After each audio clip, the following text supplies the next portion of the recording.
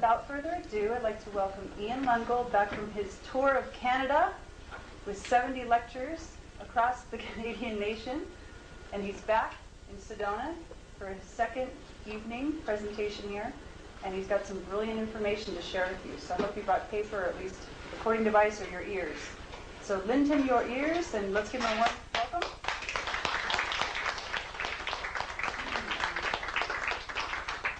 Hello. Hi, guys. Hello. The first thing I want to find out is how many people have already seen one of my presentations. Okay, about half the room. How many people have studied something about the Mayan calendar already? There is half. Okay. So what we're going to be doing tonight is, I've been doing the same talk, the same basic information of discoveries for the last 3.5 years. Tonight is a time to change that. I'm going to go into talking about not so much of history, but what is currently going on right now and what is going to be coming in the future, according to the Mayan calendar. For those people who haven't seen all the basics, we're going to be going through this very, very quickly. And you can get that information from my website or from one of the DVDs or VHS tapes that are out there. But for tonight, we're just going to rip into what I think is more important to everybody. That is, what do we do now? Not what did they do back then. Okay? The whole reason that I got involved in this some years ago was through jewelry. I'm not an archaeologist or any kind of scholar. I'm a jeweler. But I started doing Mayan symbols with my own hands. And those symbols have meanings, very strong meanings, that started to impart themselves onto me. I thought this was very interesting. I looked further into their culture because of that and found out they had a calendar. Some years after I found out about the calendar, about 1.5 years, I actually came up with a formula to convert the Gregorian calendar to the Mayan calendar, and that's what's in here. When this information was published, it went to, eventually made it to Sweden, where Dr. Carl Koloman saw what I had done, and he had been doing his own researches on the Mayan calendar for 7 years. He had been researching facts that could be proven about the Mayan calendar. What he discovered was that there is a basic structure to the calendar. It's actually written in stone in a place called Koba. And what is written in stone is different periods or epochs of time. And what Koloman did is he took all that we have found out about our science, from our sciences, of what happened when, and laid it over this pattern. And voila, what showed up is this general movement of evolution of consciousness, which we're going to just go cursory through this basic information. Then we're going to go on to fresh stuff. There are 9 levels to the Mayan calendar. 1, 2, 3, 4, 5, 6, 7, 8, 9. Where we are right now is in this 8th level. As a matter of fact, we're in the very middle of this 8th level.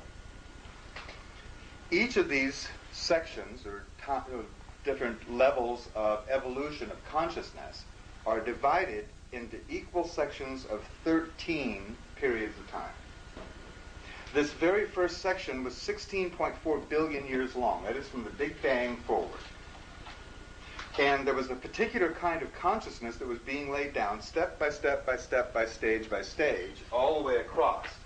And this basic consciousness was action, reaction. All the physical laws. I guess everybody here pretty well understands by now that everything is consciousness, right? Yeah. Everything is consciousness. Grass, trees, rocks, this pen. It's all consciousness. And this pen, as a matter of fact, is a very smart pen. It knows exactly what to do. It has a consciousness which registers what to do. Watch. It followed those laws. That's the level of the pen's consciousness. Action, reaction. I mean, we all know that things are conscious. We've proven it to ourselves. By going and washing your car, it runs better, doesn't it? No, it rains. Or it rains. But things contain consciousness at different levels. Objects have this consciousness of action-reaction.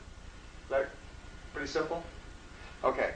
The very next picture on this rock in Koba shows a time period 820 million years long. So 820 million years ago, a whole other cycle started.